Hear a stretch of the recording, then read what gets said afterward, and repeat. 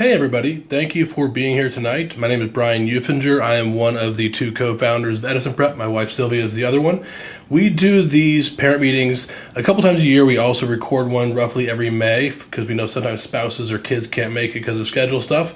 So I hope that you find this very helpful. It's very comprehensive, and we believe that if you can turn the Titanic by having earlier information in the process and not have to learn on the second kid, that things are just that much better.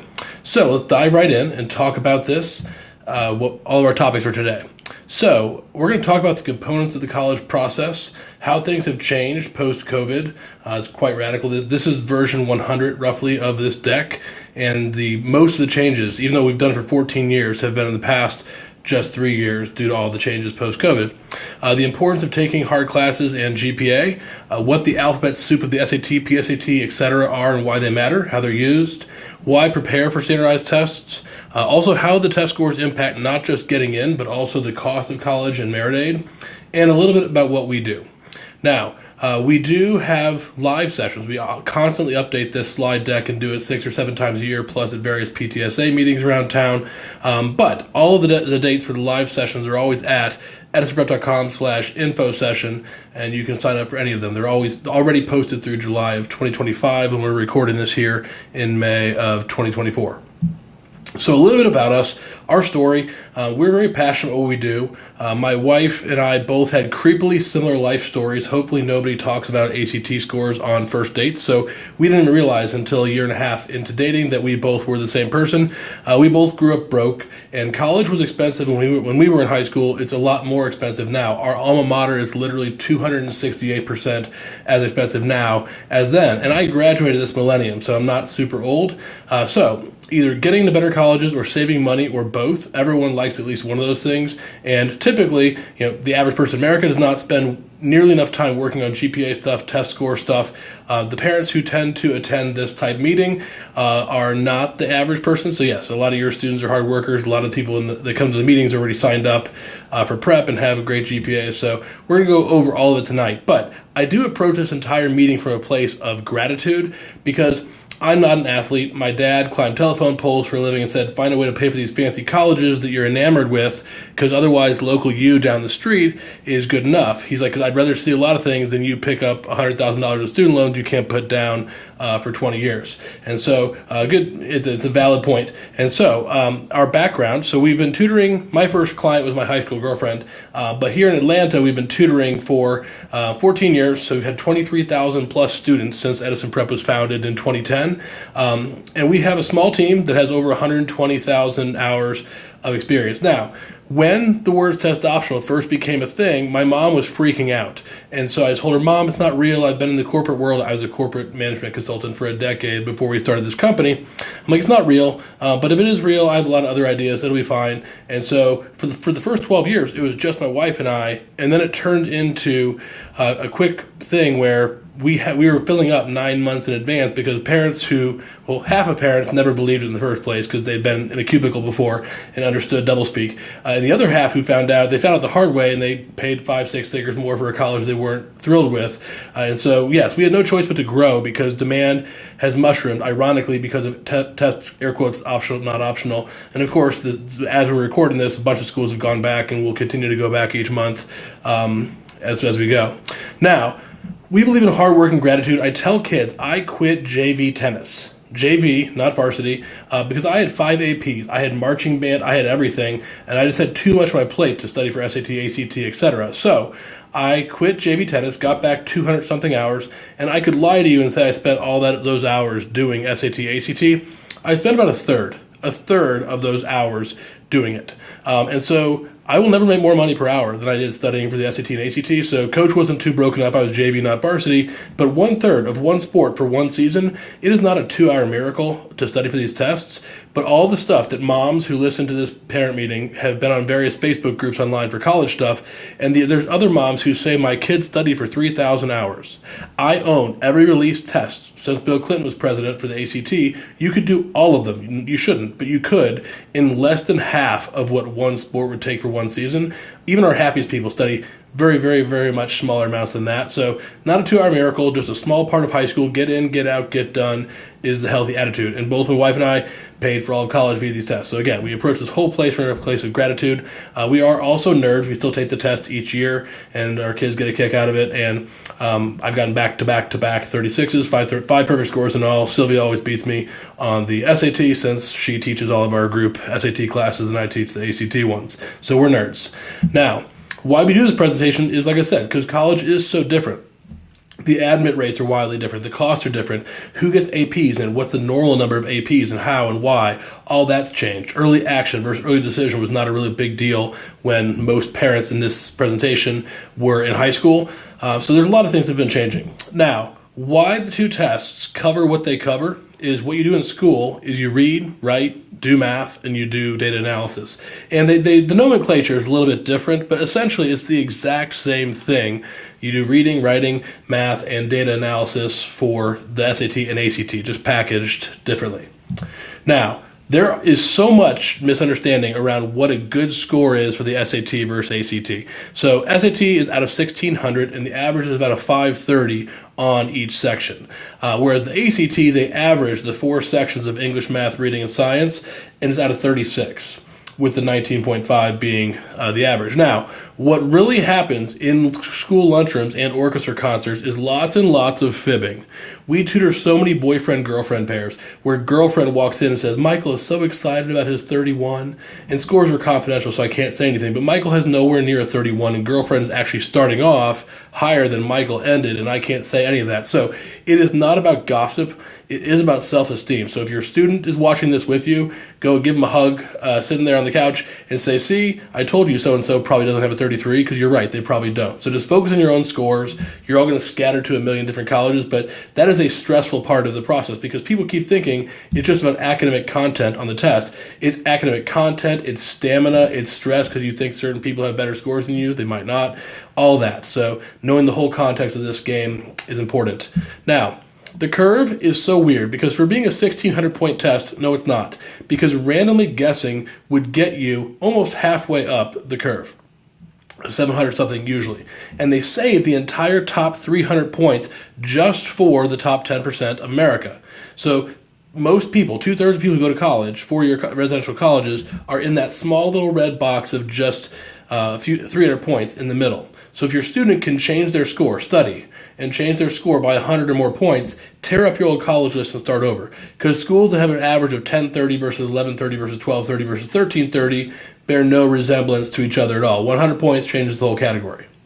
Now, ACT is the exact same diagram. We call it the 10-20-30 rule. A 10 is what you get randomly guessing with the book closed. A 20, a 19.5, is the national average score, and a 30, just one kid per room gets a 30. If your student's sitting with you right now, they will tell you the lunchroom does not feel that way at their high school. Also, fun fact, there are more counties in Georgia than there are perfect 36s. It doesn't feel that way either, but that is the truth.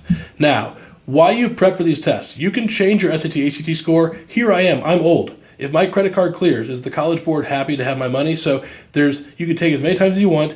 And the bad thing is you can't go change that C- from freshman year biology that you wish you could.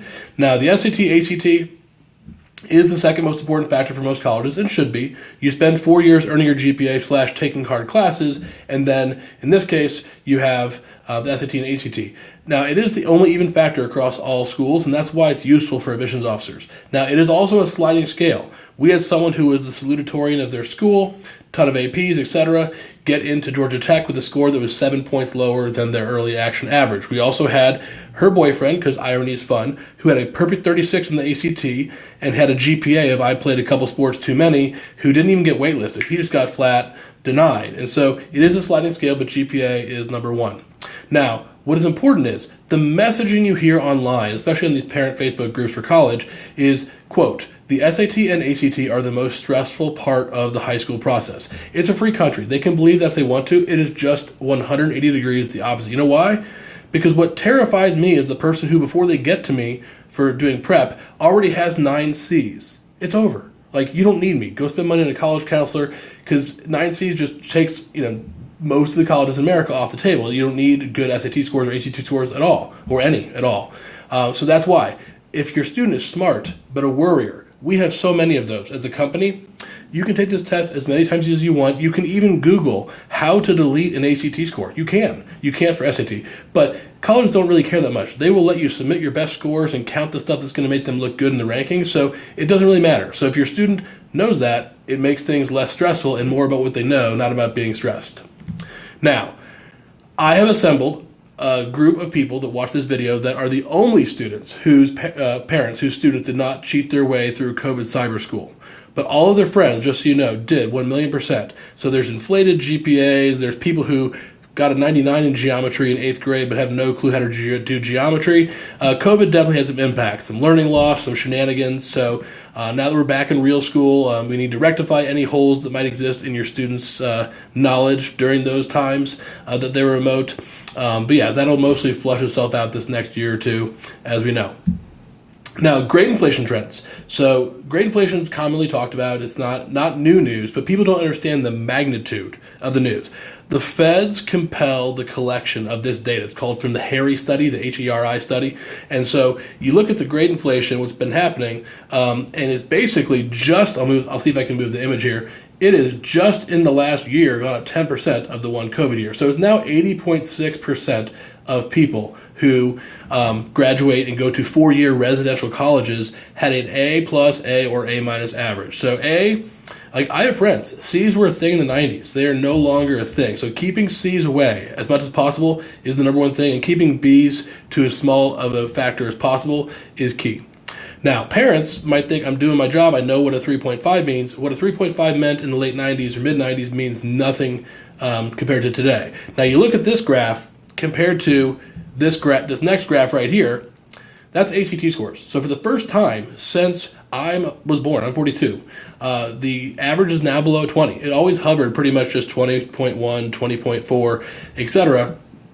But this is the amount of learning loss that's going on. And mind you, this is with some of the weakest testers opting out of the test and not even taking the test anymore. If everyone were compelled to test, it wouldn't be a 19.5, it'd be an 18 probably. So there's definitely holes that are occurring. Now, let's talk about a tale of two Waltons. So there's Walton over here at East Cobb, here in Atlanta. There's also Walton right south of Athens, right? It's a private school. So these are two great examples. Walton used to publish their data. This is the class of 2016 and the class of 2019 over here. And so they published their profiles. Some high schools still publish their profiles on the website. Hopefully yours does. If not, you can ask if you can see it. They may or may not let you see it. But they would publish, here is our GPA distribution of our student body. Really useful info, because if a school looks at an application from Riverwood High School to University of Idaho, they have no clue what Riverwood is. And so most schools send this document with your GPA info. And just in a 3-year span, the top 10% at Walton went from 4.275 to a 4.389. Now, first of all, I had a 4.08. In 1999 at my competitive suburban high school in Atlanta, or not Atlanta, I grew up in St. Louis, and I was 9th out of 432 with a 4.08. Now I would barely be in the top third at a lot of schools. And so I didn't cherry pick. Walton is not the biggest inflator, but parents need to access this info as soon as possible so they can help provide context and help their students understand the importance of working hard from day one of freshman year. Now, I used this example on a podcast I was on about cutting the cost of college that went viral, and they were getting phone calls from out of state asking them about their legendary grade inflation at Walton High School, which was not my intent. They no longer publish this data. I ruined a good thing. I apologize. But again, they weren't the worst. This is pretty normal because, not to be outdone, the other Walton says, touche, look at us, because they are a school where, look at the left-hand side, literally 17% of the kids in the entire grade graduated from high school, all 8 semesters, not getting a single unweighted, didn't get a single unweighted B ever. That's wild. So parents who are watching this together on the couch are like, honey, how is this possible? So that's just, we are in a different world right now. And forget me, I am unimportant if people's GPAs are not taken care of. So test prep is a distant second. Got to get this done from day one of freshman year.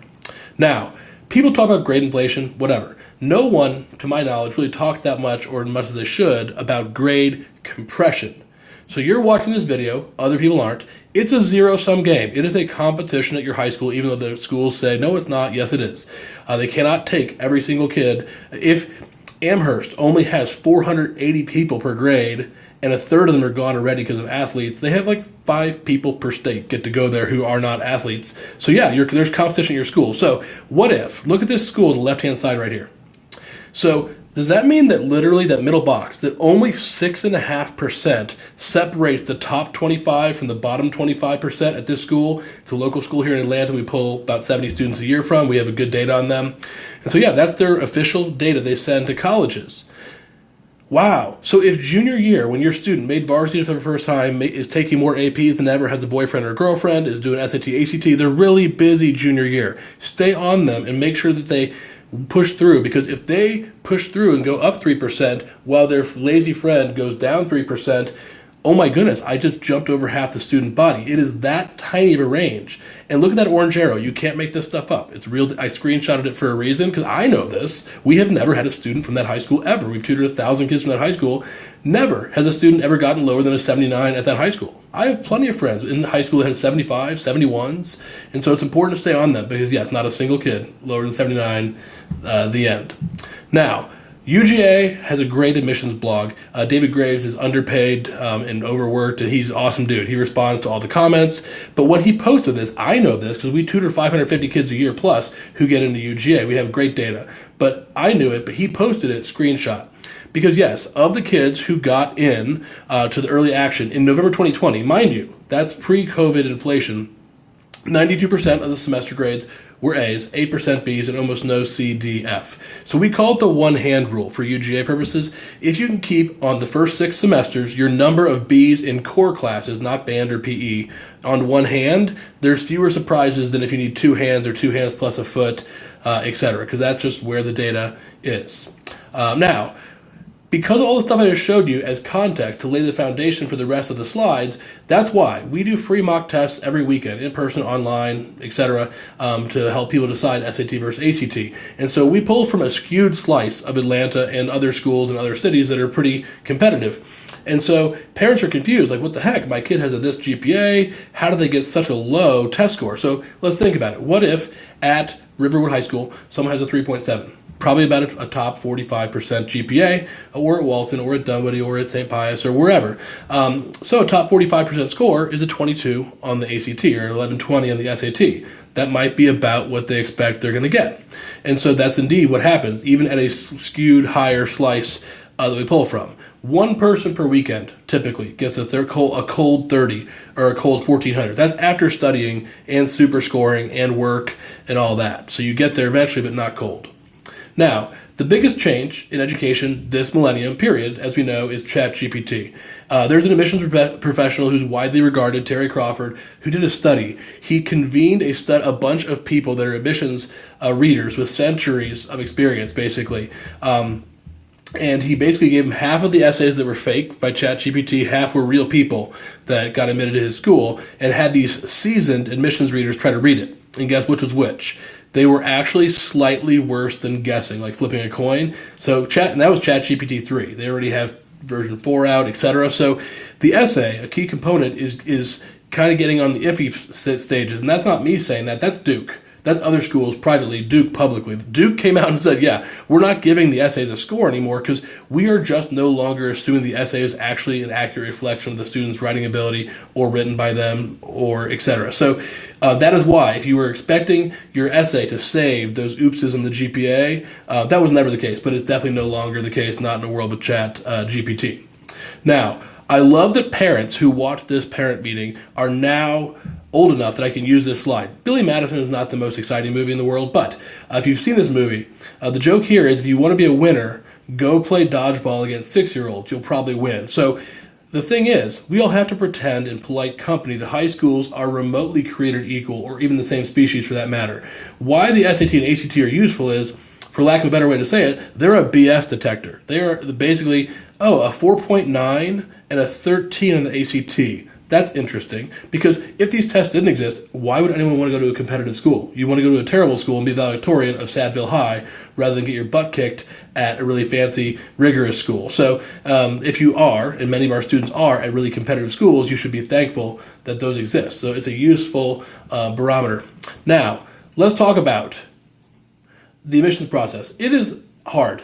So admissions officers are overworked, underpaid, and they do the best job they can with imperfect data. So GPA is imperfect. Who gets APs and the politics of why and how many is imperfect. SAT, ACT are imperfect. Letters of recommendation, don't even get me started. Essays, Chat GPT, etc. So they take this symphony of imperfect data and try to make a little bit better decision. That's why they say, hey, this essay is optional.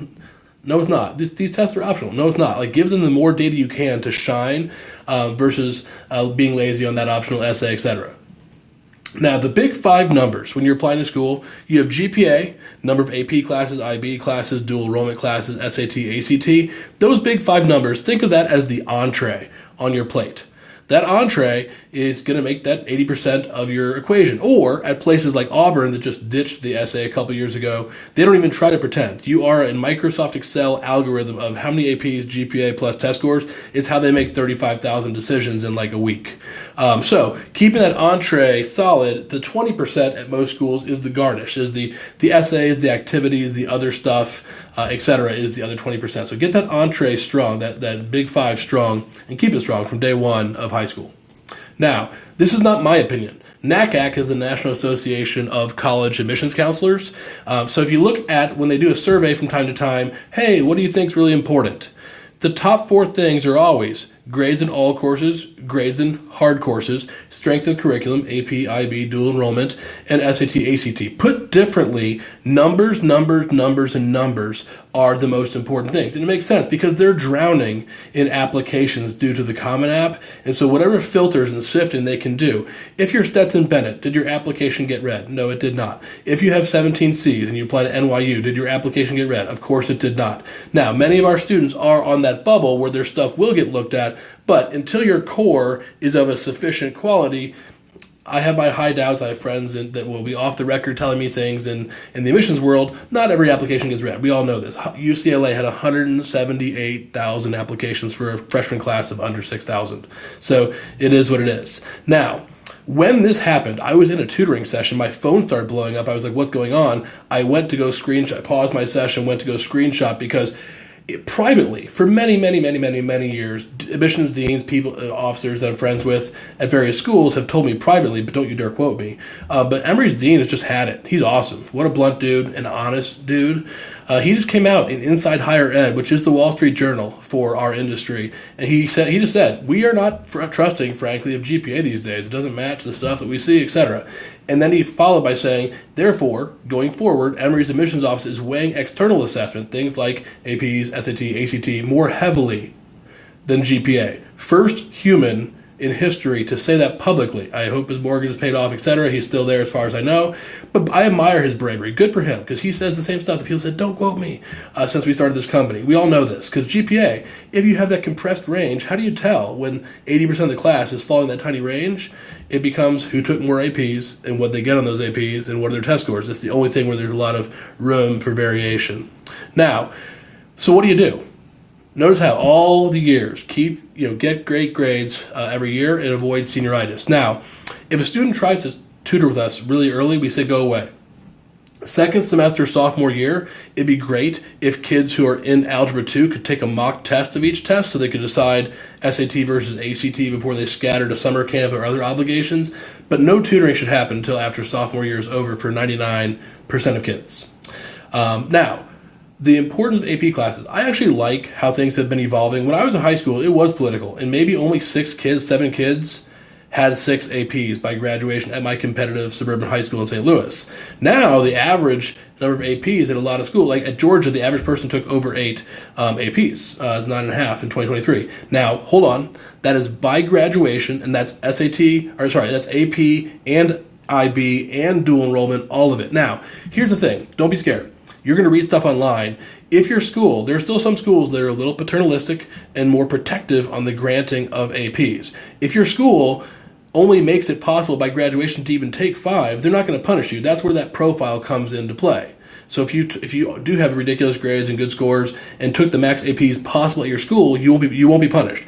But if you're at a school like some of the ones in northeastern quadrants of Atlanta, where like even the average person has 10 APs, please don't be the guy or girl with only 1. So it's all about context of your school and what you can handle. So know what your limit is, because if you take 7 APs, only get C's in all of them, not good. But if you take no APs, only get A's in all the regulars, also not good. Help your kid find that balance. Now, unfortunately, the number one thing, most important thing about an AP class is making sure that you get that weighted GPA boost, sadly. So it'd be better to get an 89.4 in that AP class and get a 1, or 100% in the AP class and get a 1 than an 89.4, oops, B plus, GPA damage, and get a 5. So you got to keep those A's as frequent as possible. All that said, I am grateful. I didn't know it was going to have this big of an impact. I just did what my smart friends who I admired, who were 1 year older than me, did. I walked into college as a second semester freshman with a bunch of AP classes. I was able to double major in 4 years without much stress because I walked in at 15 credits. The most lucrative scholarship you're ever going to get is graduating on time. Taking 5, 6, 7 years is really, really expensive. So if your student is taking the AP class anyways and doing well, don't let them skip the exam. Tons of parents do. That's silly. Because you get that exam, pow, oops, I got 6 history credits, I got 3 psychology credits, I got all these credits. It makes life much more fun, predictable, less stressful. Please do it. Now, let's talk about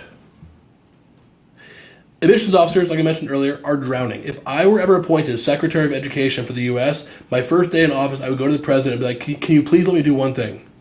Abolish the common application. I'm not super sappy, if you can't already tell, but it is harmful to teenage mental stress, and it's terrible. It should be abolished immediately because you used to have to want it. I went to Kinko's, I sound real old, but even in the year 2000, I went to Kinko's with the electronic rent-it typewriter where you printed the PDF offline and filled it out. I just abandoned my Case Western application halfway through because I was like, I don't really care. No, I don't want Case. You had to really want it. Now it's just mom's credit card, and it's click, click, click, click, click, we, and you have these people applying to 19 schools, and colleges don't know, are we your first choice or 19th choice? It's a mess. So I don't know the fix. I cannot tell you go be a martyr and apply to one school just to stick it to the man, because then you might not get into anywhere. So funny. Michigan. We have a lot of students applied to Michigan, sent out an email to all their students a year or two ago that said, please, Netflix, are you still watching? Please verify continued interest. It wasn't that they made decisions. They were hoping that kids who don't check email, and some of your students do not check email, that they wouldn't click it and they'd find an easy way to chop off 15,000 applications. That's dirty, but that shows the level of desperation these poor people that have to read all these 100,000+ applications have. Now, are they reading it? Maybe. I know this. Paying for College 101, this actual post had almost 1,000 comments of people that were angry. Random mom was on a Penn State tour, and she said, wow, I heard you have 100,000 applications. Like, how many admissions officers do you have to read that? And the lady goes, 8 or 9. And she's like, what do you mean? And she's like, well, the computer does most of it, unless it's honors college or business or on the borderline. The computer does most of it. Oh, so when I keep saying, keep those numbers strong, it's true. This is not straight from the mouths of babes. Like, everyone does this. Now, not only do they do this, if you want to read Inside Higher Ed, Wall Street Journal, part-time readers, go on Indeed.com. If you want to make some side money, go on Indeed.com and you can be hired as a part-time reader, a 1099 contractor. I call it Carol in Topeka. Carol in Topeka has never set foot on that campus of the school she's reading for, but she just reads the essays, slaps a score on it with, to help with the sorting process. So that's not how it's branded when you apply to these schools, that, some contractor person is going to read the stuff. Tech has gone from 3 to 5 temp readers a decade ago to over 60 this past year. And so it's everywhere. It's just they're all drowning. There's no other solution. They can't quintuple their staff. Now, I do love this slide a lot.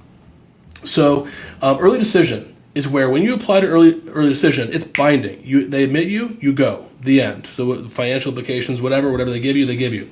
Early action, you find out earlier, but it's not binding. And regular decision used to be regular. Now it's becoming more irregular. So if the school you're applying to offers early action, it's generally a good idea to do so if you have your ducks in a row to do so. But early decision binding gives you a huge advantage. So let's pick on Tulane for a second. Tulane, they love money. Like, I could get a well-mannered corgi into Tulane as long as they applied early decision, seriously, because they literally 40% admit rate for Tulane, which is very highly ranked if you apply early decision. Like, getting an FSU is a 22% rate for here in Georgia. So double the rate of a fancier school just because of early decision. 9% early action, and literally our company, we're a tiny company in Sandy Springs, we tutor more kids each week in our company than Tulane lets in via regular decision. It was 109 total. 109 people in the entire country. 2 kids per state. And so that's why, if you have your ducks in a row, please apply early. Decision, if not decision, at least action, because it changes the odds measurably. Now, it's important to know students' context. Like when I applied to high school, my year applied, you applied 10 schools, you're a psycho. Now, 10, 12, people applying to 19. The Common App has a limit of 20, but there's ways around it. It's getting crazy. But the key on this slide to me is, forget the rest of that, having 2 or 3 safeties that you would actually attend versus taking a gap year. Because most of the time when I probe our students during SAT, ACT sessions, oh, how's your list looking? I'm like, would you actually go there if you got into nowhere but that? Nah. Then that's not a safety. So please have that conversation with your students about realistic safeties on their list. Now, it's important to avoid SAT, ACT combo tests.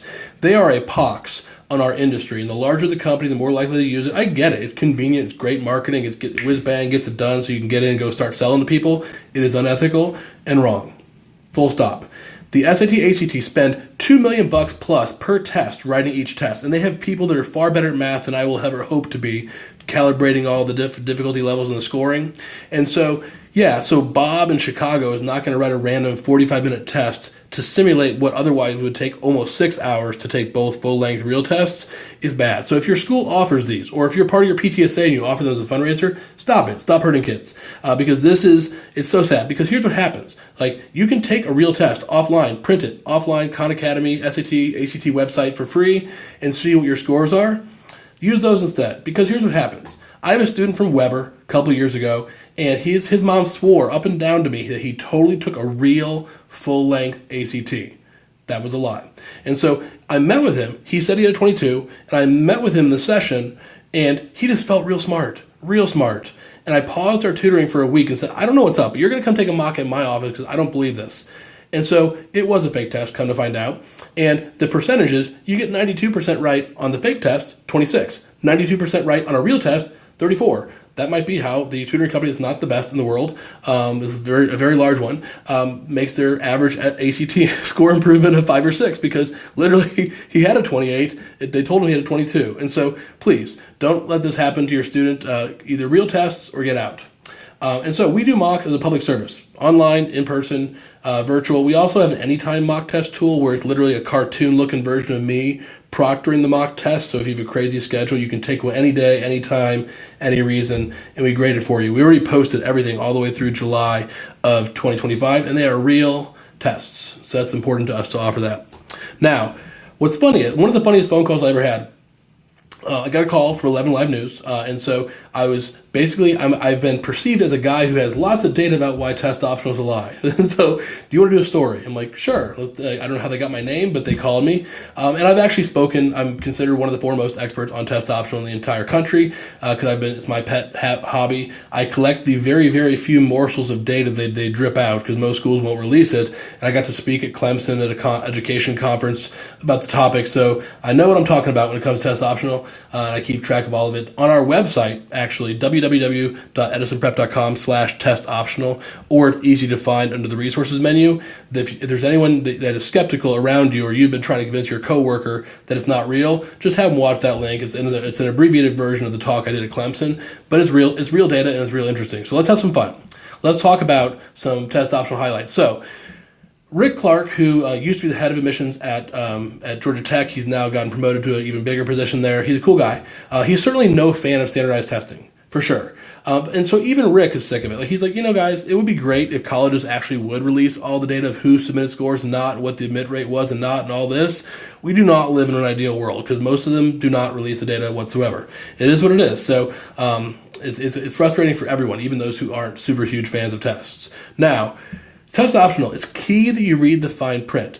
Many schools that are test optional, and the majority of schools in the nation still require it for various categories of kids. So if you want to apply to this scholarship program, or merit aid, or for athletes, your homeschool, that's a big exception. Competitive programs. Let's talk about Elon for a second.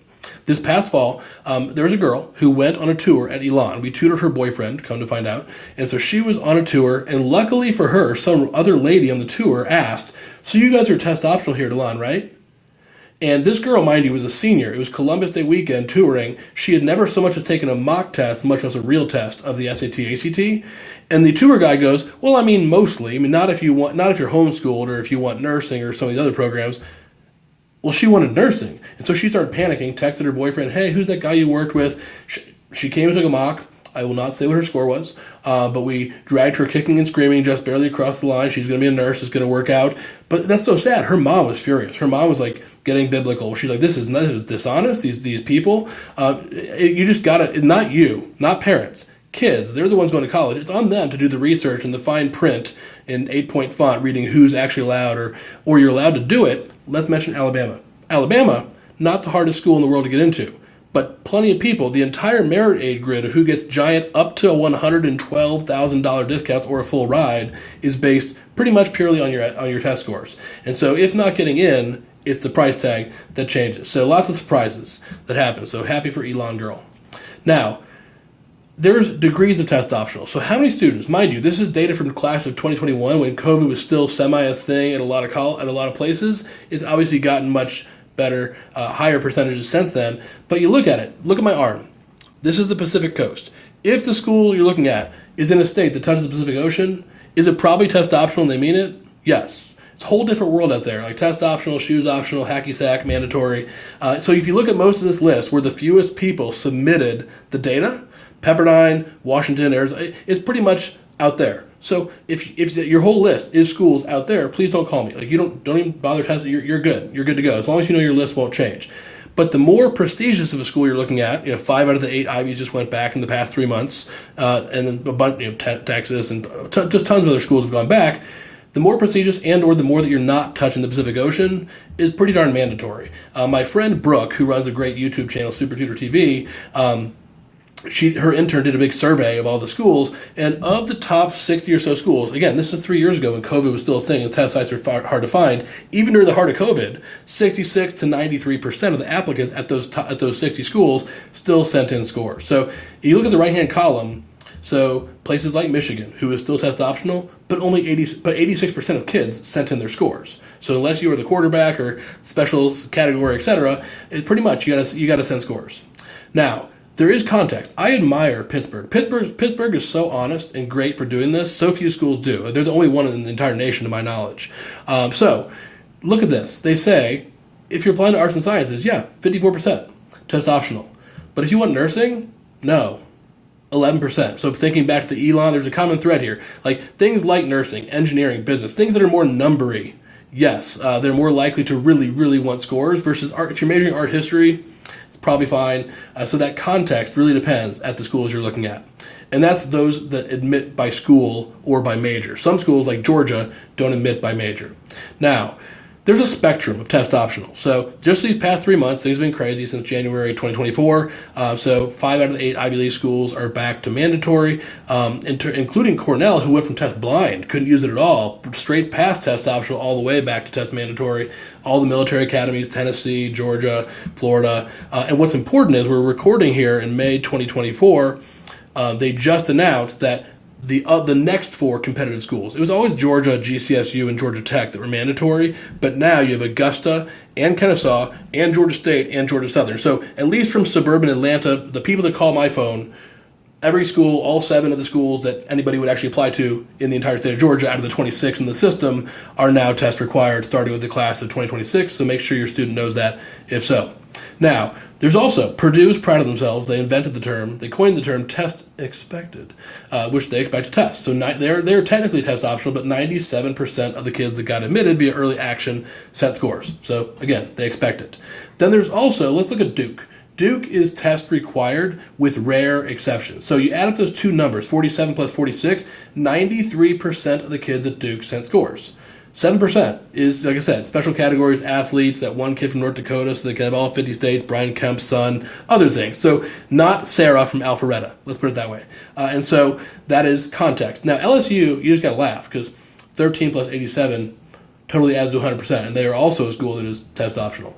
Now Auburn, not to be outdone by Purdue, they coined the term test preferred. They prefer test, so 93.5% of the kids that went there sent scores. Most of that other 6.5% are in-state, rural, Alabamian valedictorians, as it should be. They pay taxes for 18 years and go to some tough schools possibly. Now, on the other hand, Pepperdine, Malibu Barbie, etc., they mean it. They are only 22% of the kids over there in Malibu sent their scores. They could care less. Focus on anything but. Work on your essays, do whatever. And then the California system is SAT, ACT blind, but they still use AP tests and other exams as well. So it's only a small niche. Obviously, California is the largest school of note to have gone test blind. Now, when I spoke at Clemson, it was kind of awkward because there were one or two Clemson admissions officers in the room, and that's fine. I'm not going to change my presentation. The data is the data. So one of my favorite people, a prolific commenter in the Paying for College 101 group, 250,000 parents in that group, he says, kind of crazy that Clemson's test optional, but look at this column. I'm going to teach you in the next 30 seconds how to do this. If you Google your school's name, Emory University Common Data Set, it pops right up. You click on the big ugly PDF, the most recent one, and you look at table C7 and C9. C7 is this one in the bottom left corner. It tells you, like that NACAC thing from before, what does this school think is important? Grades, rigor, and test scores. That's it. Nothing is in the important column. And look at all the other stuff they considered. The essay, the recommendations, the activities, all that is just considered. So if you're someone who's been doing 100 hours a week of ballet, that does not feel great to see that. Like I said, most schools are making decisions based on that entree, 80%, numbers. And the table C9 is what percent of kids submitted SAT and ACT, so you can add those two together. The closer that number is to 100, the less authentically test optional they are. Malibu Barbie, Pepperdine, 22%, yeah, they mean it. And so that is the context that you should do as your initial part of research. It takes 20 minutes to do your whole kids list on the common data set. Now, who's more likely to benefit from test optional policies? People with hooks. It's an official industry term. Hooks are, am I a first-generation college attendee? Am I an athlete, a legacy, a full-pay student? Am I from a geographically rare area? Donors, kids, Jared Kushner, donations, whatever. Like, if you have a special hook, then yes, the rules are a little different for you. I tutored 3 kids who are currently NFL players, who I have a signed jersey from one of them. And did they do the homework for me? No. Did they get into some interesting schools with scores that would normally not work? Correct. And so it just depends on your context. If you're just Joe Suburbia and from my dad's an upper middle class pharmacist and I have none of these hooks, it's a little more mandatory. Now, the four-legged stool. The four-legged stool is such a great analogy. I wish I knew which guy on a webinar to give this props to, but he used a slide that looked just like this. He said, here's the thing. During COVID, he was frustrated. He was doing a webinar during COVID. He's like, during normal times, we have a four-legged stool. We have the high school name. We know what various things with high schools, the GPA, the rigor, and the test scores. But during COVID, test optional maybe, cyber school, fake GPA maybe, you start having like a one-legged stool instead of a four-legged stool, and life's really hard. And it really was really hard for those admissions officers during COVID. What is useful, going back to grade inflation, look at the ACT percentiles. Why it's so freaking useful is Jimmy Carter, Bill Clinton, today. Guess what? All 3 times. What's a 25? A 25 is the top 1/5 of America, full stop. The end, now and forever. They calibrate the percentiles, they're pretty darn static. And so therefore, if you tell me, I'm not even an admissions officer, but at most colleges in America, not Amherst, but at most colleges, if you tell me, here's Jeremy, he's at Lakeside High School, he took this many APs, here's his GPA, here's his test score, I could get the majority of the way to the decision at a majority of colleges just knowing those 4 things. And that's what the Duke Dean of Admissions here at the bottom of the slide pretty much said. He said, during the tail end of COVID ending, there were certainly some students where we wish we'd had scores and we didn't. That is a super polite way to be like, hey, every single other kid at your high school found a way to take the test, so clearly it wasn't COVID availability. Where's your scores, buddy? And so that context matters so much. Now, 5 of the 8 schools that are in the Ivy League went right back to test mandatory recently, but here's the thing. Harvard said they were originally doing it until class of 2030. And they snapped back and they reneged because the data they saw of retention, differentials in GPA and enrollment and everything else was so damning they couldn't wait any longer. But this is not new. If you go on the Wayback Machine that some adults know how to use, document the data all the way back, Harvard has had this exact page on their website for a decade, where it literally says SAT and ACT tests are better predictors of Harvard grades than high school grades. Because they are. And I admire their honesty and their candor. It's been on there for a decade. Dartmouth, same thing. They said, we encourage everyone to submit scores regardless of how they might compare to our historical averages because they want to see that context. It's you in the context of your school, all the flavor, please submit. And of course, they're back to mandatory as well. Yale, same thing. They ran stats. and they found out, it turns out actually the SAT or ACT is the single best predictor, more so than GPA, of your performance at Yale. That's why they went right back. He said, by deleting data, remember my slide earlier with the nut on it? They do the best they can. So you delete data, you don't get smarter.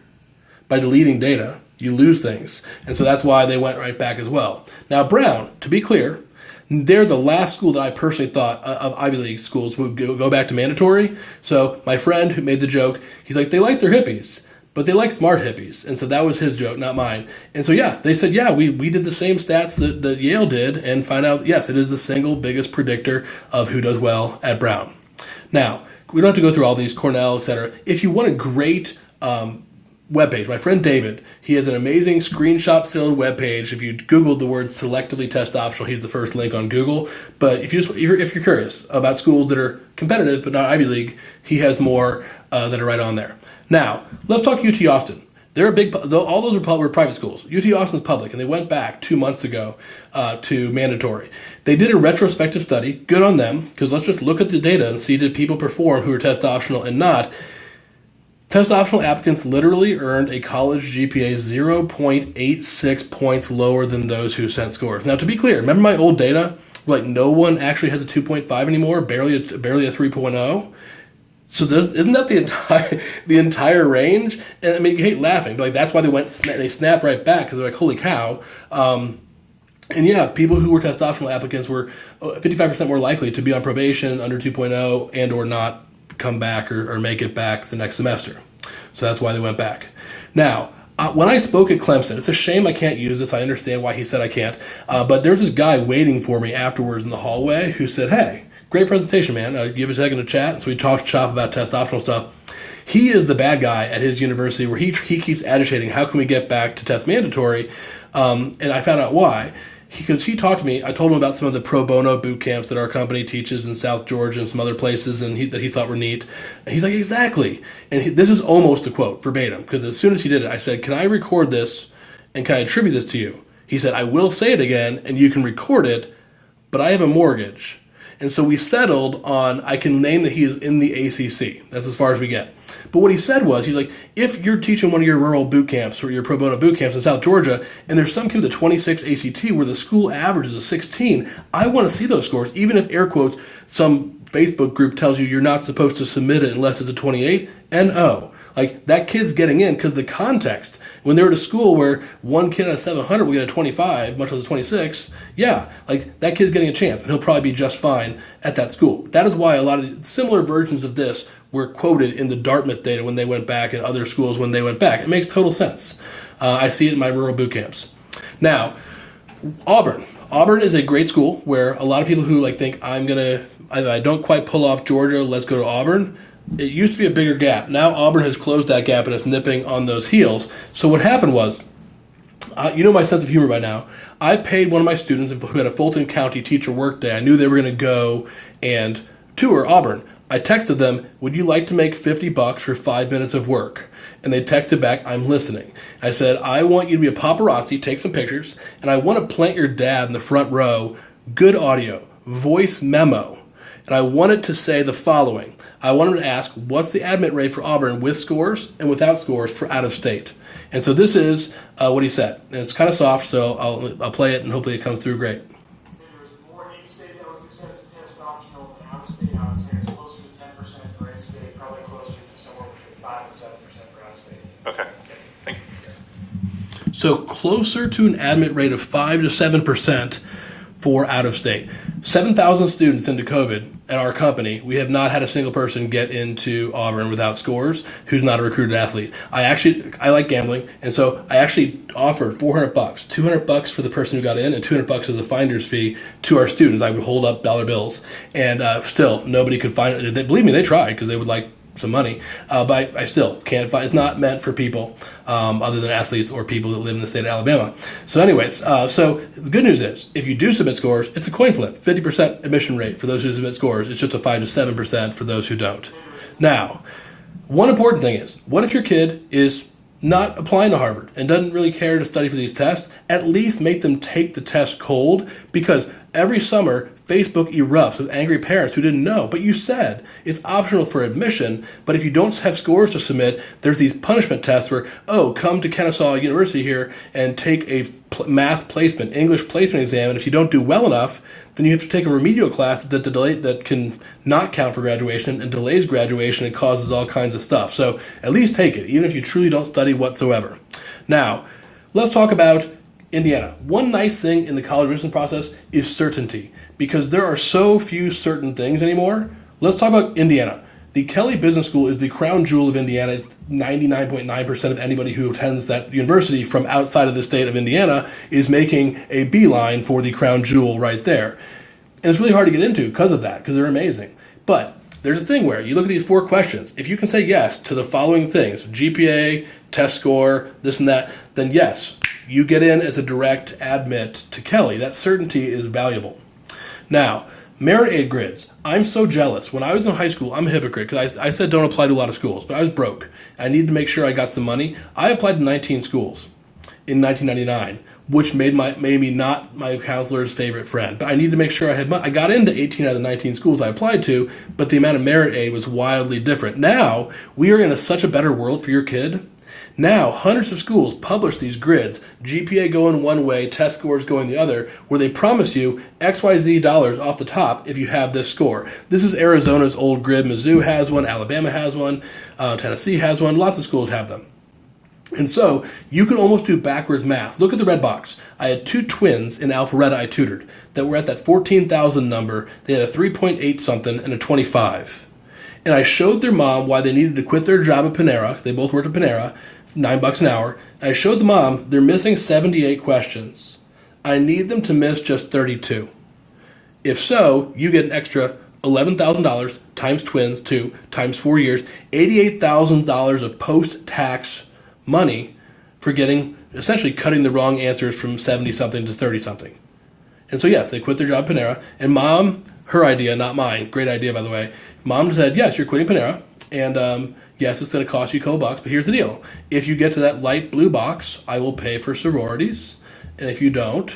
They were the hardest working twins I worked with that entire year. And I asked her, why are they working so hard? She told me. So that's great. So you guys know your students, how to incentivize them to make things. But it's real money. It's real. Each extra question essentially was worth over $1,000. Now, that's just one example, but there's other ones. Auburn has a beautiful merit aid grid where a 3.5 is the GPA, which a 3.5 won't even really be that competitive for Auburn, so you have to be above that anyways. So the entire test grid is based on nothing but your score. Kentucky, by the way, what if you did not take enough APs to get into Georgia? That's the thing. But you have a good GPA, 3.5 and a 31, game on, full tuition, let's go. That's new.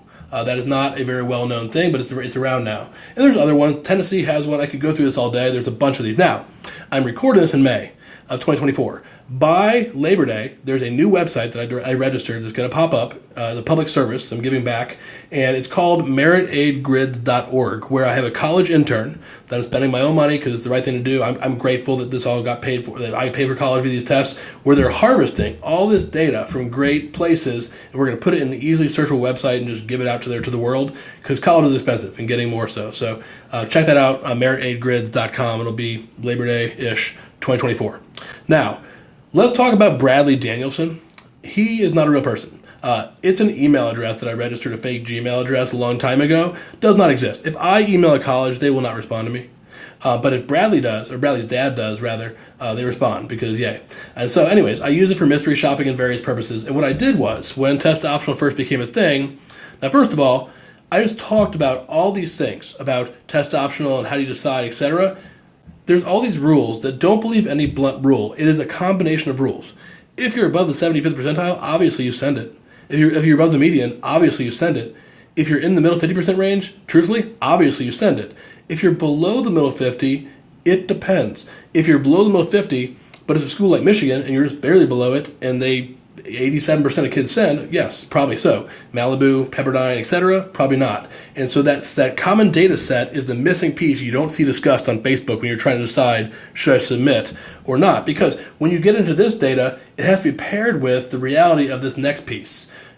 Wait, if you're close, does this happen? It happens all the time. At SMU, at Tulane, at High Point, it happens many, many places where, One of our students, who's book smart but not very street smart, got a phone call from Tulane, and they were like, so we heard you accidentally submitted your 29.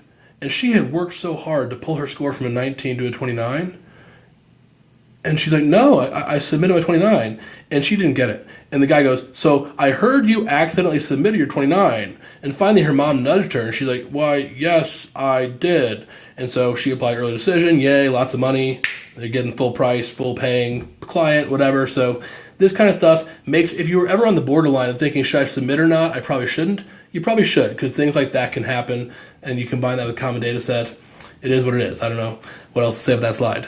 Now, the phrase everyone heard during COVID was, test optional applicants shall not be disadvantaged. What is the opposite of that statement? Doesn't that mean that if you submit a test that you are therefore not allowed to be advantaged? And then I'd be homeless, living in a box under the bridge? So it's kind of silly, but they all had to say it in their press releases. It's all a big lie. We all know this, because here's why. When Bradley Danielson emailed all those places saying, hey, do you have any data on what percent of kids got in, didn't get in with the scores? Only 15 colleges out of the 200 replied or answered the phone or would share. Most of them didn't reply at all. Of those who did, many of them said things like, the legal department has not authorized us to release that. If the legal department's involved, you've told me enough that that's actually just as helpful as giving me the data. And so to their credit, these 15 schools, most of which are back mandatory now, did release their data. And for a long time, Boston College was the Tom Brady of the submitter. They call it a submitter advantage. So what percent do you get in as much as? So that means 120% to 270%. So you got into Boston College 270% as often if you sent scores than if you did not. Now Auburn came along and said, not hold my beer, but hold my keg. And they will never be dethroned as the biggest 800% submitter advantage. So that's, this is important because your kid, they're going to want to be lazy because their friend is being lazy and they don't understand this context. So this is uploaded here to YouTube. You can feel free to show them whatever parts of this are helpful because their friends are going to try to drag them down. Now, there's a bunch of things in this presentation. I know you can pause this thing anytime you want. If you read only one article after tonight's presentation, the New York Times, no fan of testing. Nate Silver, no fan of testing. Jeff Slingo, no fan of testing. I already said Rick Clark, no fan of testing. If you've lost even the New York Times, you've lost. And so that's why things have been pretty much, I don't get questions from parents anymore about test optional. They've seen the last 5 months go by and we're aware that things are where they're going to be. And so it's not a thing. But that misguided war on the SAT is super detailed. It's an amazing, lengthy, great article that explains it at a cool level. So you can read that if you want to. Now, crab mentality. One of our students at Pope High School is taking AP Psych. And she texted me, I thought of you today. I tutored her like a year ago. And so, really weird, but crab mentality has a page on Wikipedia. It's a real thing. If a crab is in a bucket, and we all know what's going to happen, yum, and one crab tries to escape, its friends, not friends, will drag it back down to the bucket. No, come die with us. What does this have to do with SAT, ACT stuff?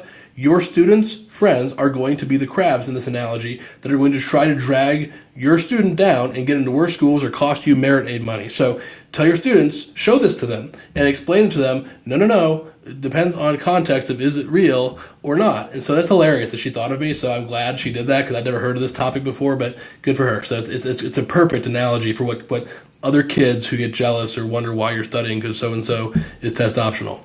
Now, the winds have shifted. Grades being less, we know that. Scores are predictive, you saw those slides. But also test scores improve equity relative to other criteria. As you saw with that guy in the ACC's quote about the guy in South Georgia, etc., all that data is so important with the context. There are certain schools where 80% of kids get a 33 on the ACT. There's a school that I taught a rural boot camp at that just had its first 30.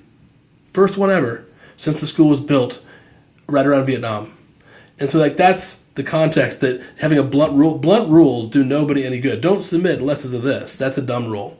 You have to look at that context. Now, let's talk about the dangers. You're here tonight. Parents mostly are the ones watching this, so I love this image. But yes, your students are not going to want to work hard on these tests or make sure they're awesome on the GPA front unless they understand the implications of what a couple C's can do or not submitting scores can be. So please educate them. Have them watch this video if you like.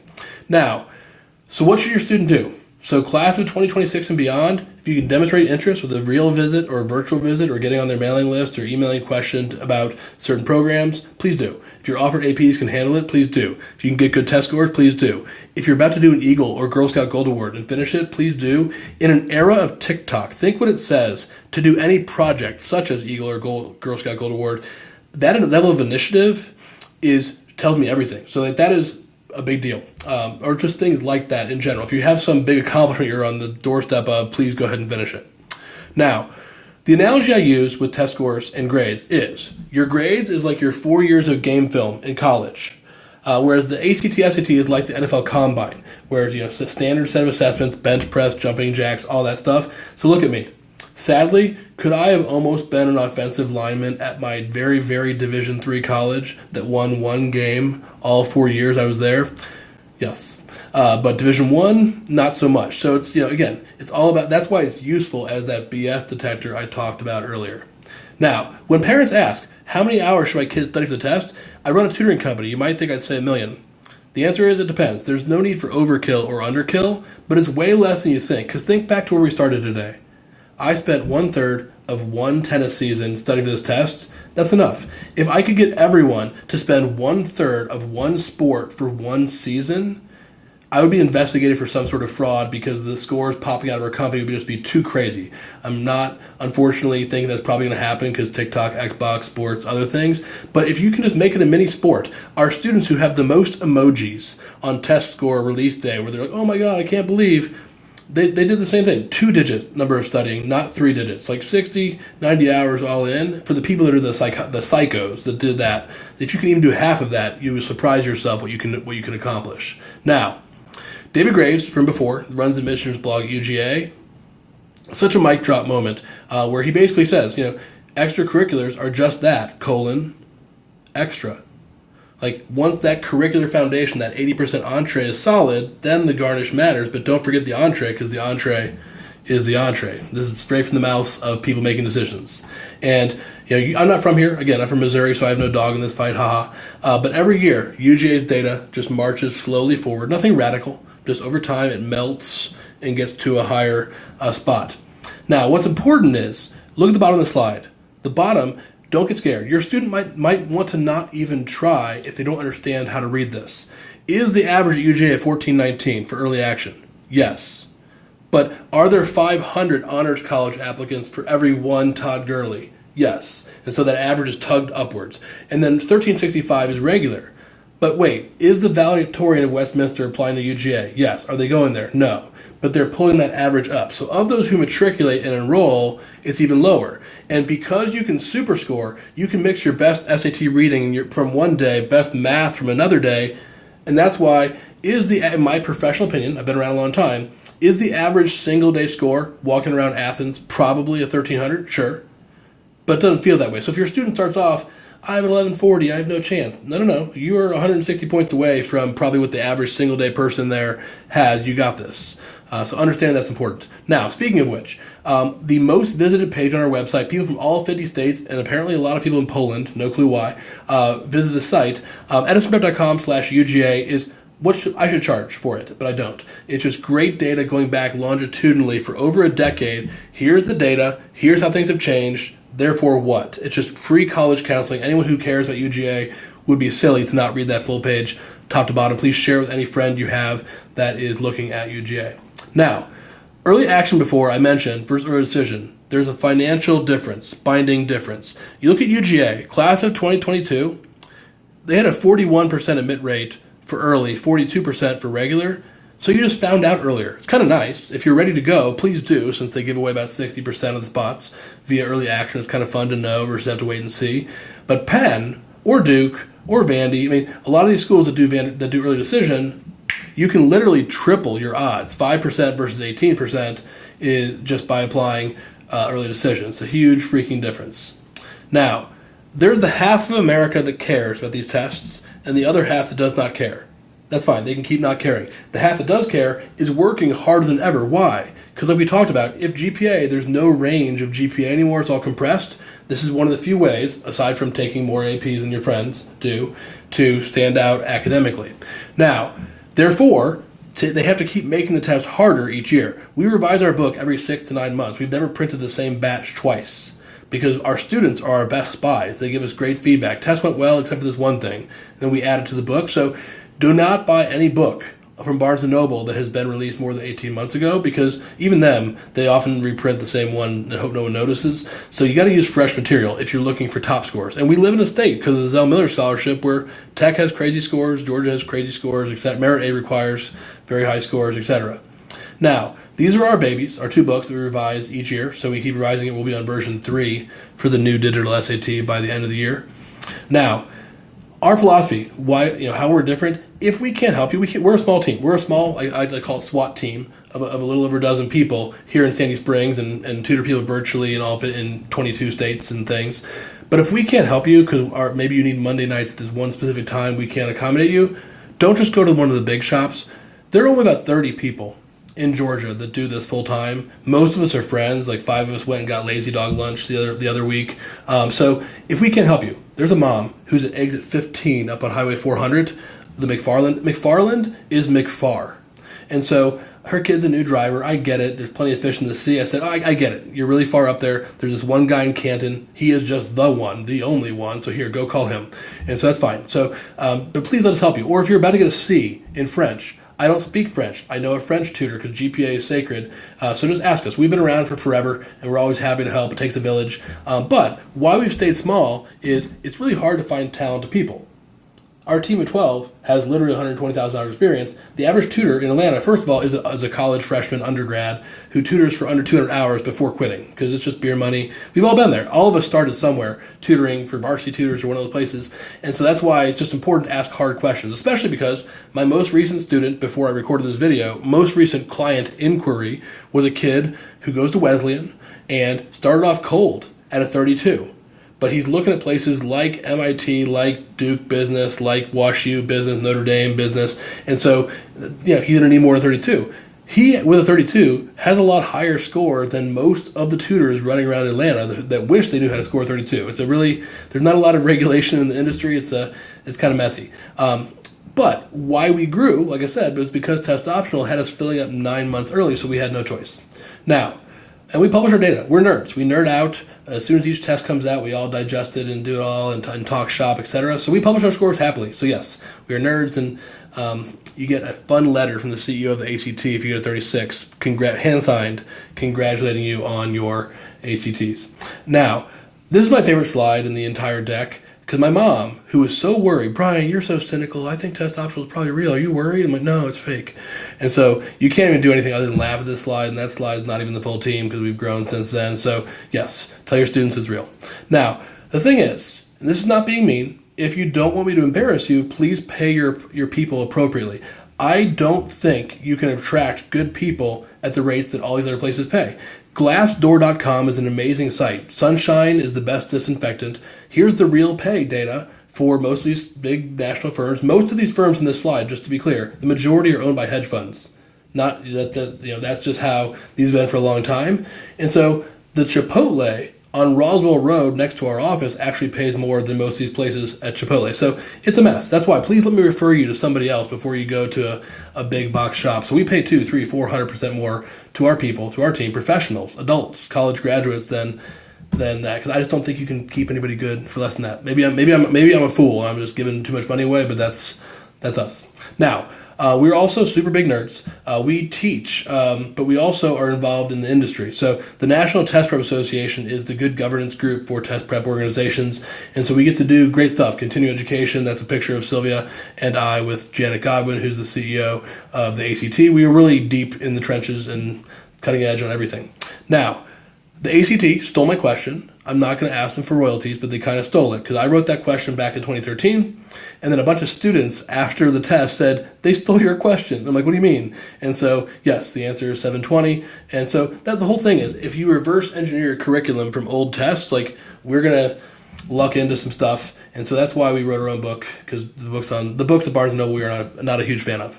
Now, how the tests work. The PSAT precedes the SAT. The pre-ACT precedes the ACT. Take each test every time they let you, because it's great practice. If your student's smart, but a worrier, this will make it demystified and not as big of a deal.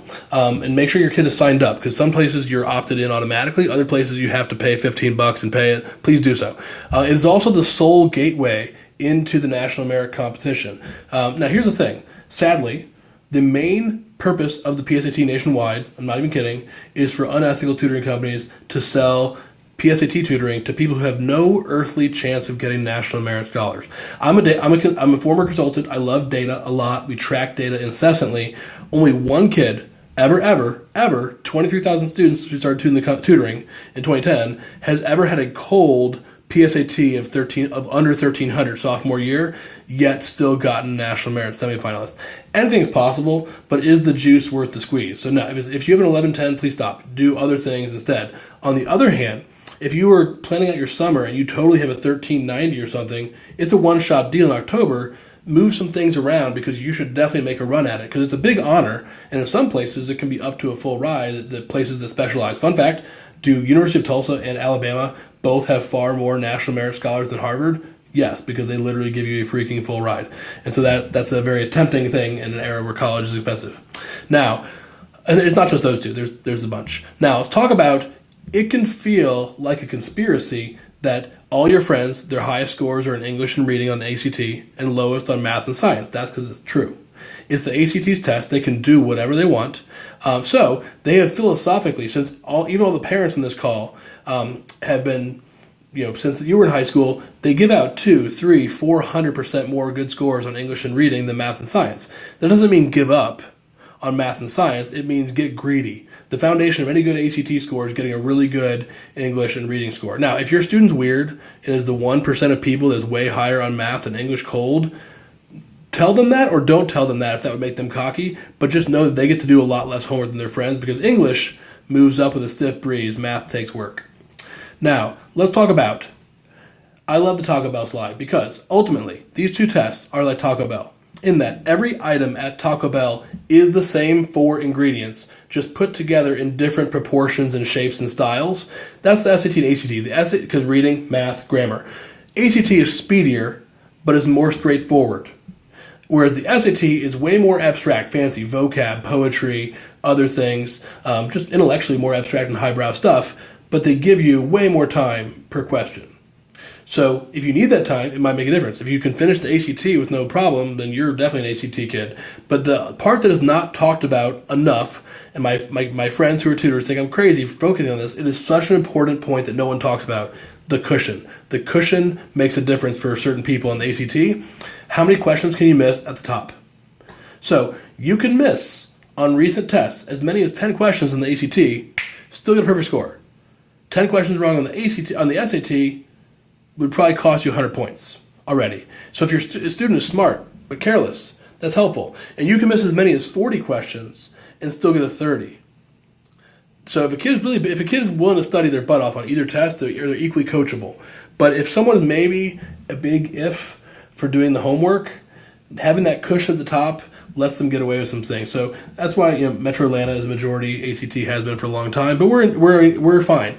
What we like to do is say, take the mocks and let the mocks speak for themselves. So on the mocks, 45% of kids are better on ACT, 45% better on SAT, and then about 10% are equal on both, 5 to 10%.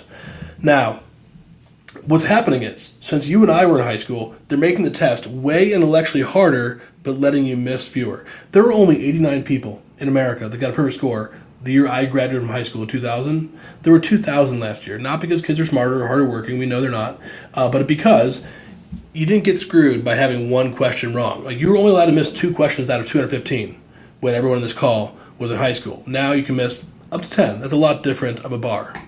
Now, I love this slide because it's accurate. The reading difficulty. The SAT is like reading The Economist at a mall walking pace, whereas the ACT is like Newsweek, but you're running. And that's really a good analogy. Now, we get calls all the time. I should not know what Dodgen Middle School is, but I did. Some mom goes, so my students at Dodgen, click. Like, it's a no. If freshman and sophomore year is not over, it's not time to prep. Second semester, sophomore year, take mock tests of each, like I said, but otherwise, go get good grades. Go ride a bike. Go enjoy middle/high school. It is not time yet. Now, there's one exception. So in my utopia, if I were a high school principal, I would make all the sophomores take mock tests the last 2 days of sophomore year. So the amount of household stress avoided, if everyone could do that before scattering for the summer, huge. One exception. If you are not taking Algebra 2 until junior year, it's not right for me to do that because it'd be like inducing labor at 19 weeks. You will be fine eventually, but you don't even have 40% of the math you need yet, so wait. So Algebra 2 kids take mocks around Halloween and then start prepping right after New Year's. So that second semester is meant for Algebra 2 juniors. People who took Algebra 2 as sophomores is pretty much, we're recording in May 2024, our company goes from 90% juniors to being 90% juniors every Memorial Day. Now, this flowchart is kind of busy. A high-res version of it is on our site. Like, hey, am I a sophomore or junior? What math level am I in? Et cetera, et cetera. And that can drive the decision. Now, digital SAT, it started in March of 2024. And so if you've ever taken the GRE or GMAT as an adult, it's the same system where it's a digital adaptive exam. It gets harder or easier based on how you do. So it is an adaptive test, same scale. And you can now use a calculator for the whole test, not just half the test. And instead of having long reading passages, it's little snippets. Each individual question is based on each individual item. Now, you get more time per question, and this is the first time in history that an SAT or ACT, your score is not just based on how many you get right, but which ones you get right. They each have a different weighting, a different value. You don't know the value. So your goal is just do the best you can, and the curve's going to do what the curve's going to do. Now, one Achilles heel is that they only have released 6 practice tests, just 6. And so that matters because if your kid is raring to go and they're a hard worker, no. Keep them away from the College Board Blue Book app for as long as possible because we get so eager beavers who didn't know any better and they already opened up all the toys before it counts for real, and that's a shame because then we have to use non-real tests, etc. So that is the one time in history you'll hear me say, go use the McGraw-Hill tests or Barron's other tests is if you have a young, eager, early kid who wants to practice. Now, how it works is they give you the first half, and based on how you do in the first half, they either give you the hard second half or the easy second half, upstairs versus downstairs. It's generally pretty apparent which one you got midway through the second module, but don't play mind games. Just do the best you can. But yes, there's a habit to it, a strategy to it, where if you rush through the first half so fast that you mess up some, you might go downstairs. But if you waste so much time being OCD in the first half, you might go to the top half, but then not have time to finish. So it is an art and a science to it. Now, the test is extreme on all fronts. The easiest ones are literally stuff that middle schoolers would have no problem with. The hardest ones, I can take any ACT I've never seen and read it upside down across the table from a kid, and they don't realize I haven't seen it before because I can just eyeball it. That's just the ACT for you. It's been very humbling. I have a little bit of ego because I love standardized tests. They love me. For the first time ever, there were a couple questions in the new SAT where I'm like, why don't you work on this reading passage for a minute because I need to look at this for a minute. And it took me a minute. The hardest ones are interesting. Now, one thing that kids, I hope they will not make the decision on, but some kids want to. Almost every kid's like, I want to do the SAT because it's shorter. I get back to TikTok. That is the worst reason, given the admissions that's on the line and merit aids on the line. Do whichever test you're better on the mock at. It'd be most harmonious for me, selfishly, as a company, if we were 50-50 SAT, ACT, but it really just depends. However the mocks speak is how it should go. The analogy I use here is baseball versus football. In baseball, there are just too many games. 162 games. That's more than enough. That's the ACT in this analogy. No one game matters. No one question matters. You can literally miss 22 questions and get a top 1% score. On the other hand, football, 17 games. Every single game has enormous playoff implications. So careless errors can hurt you more. So there's pros and cons. Some kids who get drained and have zero stamina, you can build stamina with practice. But yes, almost every kid who comes out says, I like the SAT more. And then they look at the mocks and it ends up being 50-50 once you look at the actual scores. Now, why you take mocks early? One of our students who goes to Milton High School, he actually texted me verbatim the following quote. He said, I came to that parent meeting you guys did. You guys should add a slide telling people to not be dumb like me.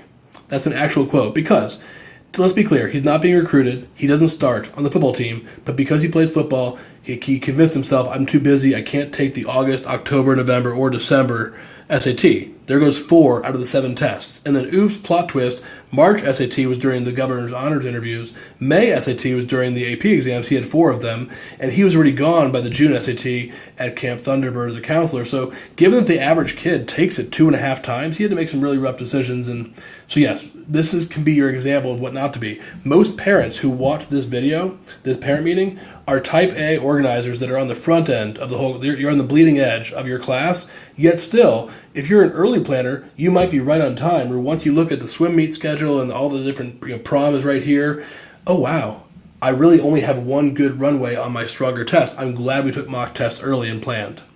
Now, there are exceptions. The two types of people I tutor as sophomores, if coach needs scores yesterday, some of them are very pushy, and they say, I need scores by February of sophomore year because the fencing team is really small, or whatever. That's fine. Happy to. Or dual enrollment. Like a lot of kids at Dunwoody will do dual enrollment, and you have to have scores for it. I get it. So those are the two exceptions. Otherwise, wait till junior year. Now, if your student is being recruited, like my friend's kid is, he's going to be a long snapper in the NFL one day. I'll get a signed jersey for him too. But yes, might need very different numbers. You're not being dirty asking the coach, what do I need? They know. I see so many illegal NCAA emails on students' phones from Coach Bob saying, make it a 26 and we're good, at a school that regularly rejects 34s all day long. So you might have a better shot than you think, or a shorter runway if your student is a recruited athlete. Now, admissions rates are changing. So I'll leave this slide on here for a second. Jen Henry is a good college counselor friend of mine. She's in East Cobb, and she wrote a blog post that truthfully is the most viral blog post in the college admissions world of all of 2024 thus far that I've seen. I mean, it's gotten shared in all corners of the earth. But her whole blog post was, where have all the target schools gone? And so, yeah, exactly. So we will always, we'll always have Paris. We will always have Ole Miss, who accepts 97% of all humans, or maybe even non-humans that apply. But Tennessee, to be clear, 91% admit rate at Tennessee the year we founded our company. And now 34% admit rate. Out of state kids, 22%, because they have a higher admit rate like Georgia does for in-state than out-of-state. So yeah, things have changed a lot. So definitely avail yourself of that blog post if you're staying at a lot of these schools that are in these icons in the Southeast. It's a great blog post. Please read it. Now, UGA has a very special policy. A college list of 1 is not a college list. However, if UGA is the top school on your list, it's really important to know this. They only utilize the ACT, English, and math sections, and they throw away the reading and science 100%. That changes things. Now, I said earlier, English is by far the easiest section, math the hardest. Is the route to UGA pretty much getting a ridiculous English score and a classy enough math score? 100%. And we are a majority ACT company purely, honestly, because of this slide, because Georgia is a large school of interest to a lot of students. And if you only have 2 targets to improve instead of 4, that makes a difference. And my student from Cartersville High School, one of the hardest workers I ever had, he only practiced English and math because he said, I'll get a high enough English and math if I'm waitlisted for Georgia to be just fine for Kennesaw or for Southern or whatever. I need the Zell Miller scholarship. So he did only right arm day, no left arm day, and he was fine. But he was my case study because this kid at Cartersville, this is the most boy thing ever. I'm a guy, I can criticize. He got a 33-33 on English and math, and he tried sort of half-heartedly and got a 23-23. 33-33, 23-23. And I'm like, well, 28's not the normal number you have for Georgia here, so if you get in, you'll be my case study, and he is a junior by now at Georgia probably.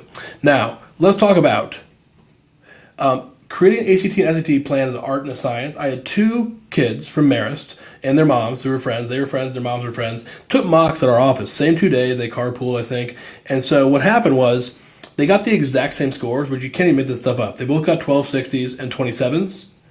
And they thought I was crazy because at the top level they were even. But I recommended one do SAT, one do ACT. But here's why. This is why I designed 2,500 of these plans a year. It's easy. I can do it in my sleep. But it's an art and a science. You have to know what you're looking at. So in this case, student A was dead even on all 4 sections for the ACT. But look at that SAT. 730 reading and writing, math 530. That guy's doing SAT all day. Because SAT reading, if you have not ever read an independent book out of school for fun, and do not have great vocab, would not like Emily Dickinson, do not like poetry, do not like fancy stuff, it's a harder section to move. Math is just math, it's numbers. Math is pretty similar in both tests in a lot of ways. Whereas student B, how a 22 could come out of English on that guy, but a 29 on math, 22's English is the easiest section, math is the hardest. Okay then, he's doing ACT all the way just because of that distribution. So it's an art and a science, and like I said, only 5 or 10% of people are dead even on the two. Now, I made the joke. I tutored my friend's kid who's a professional full-time tutor. His son told me, I will not work on the math section.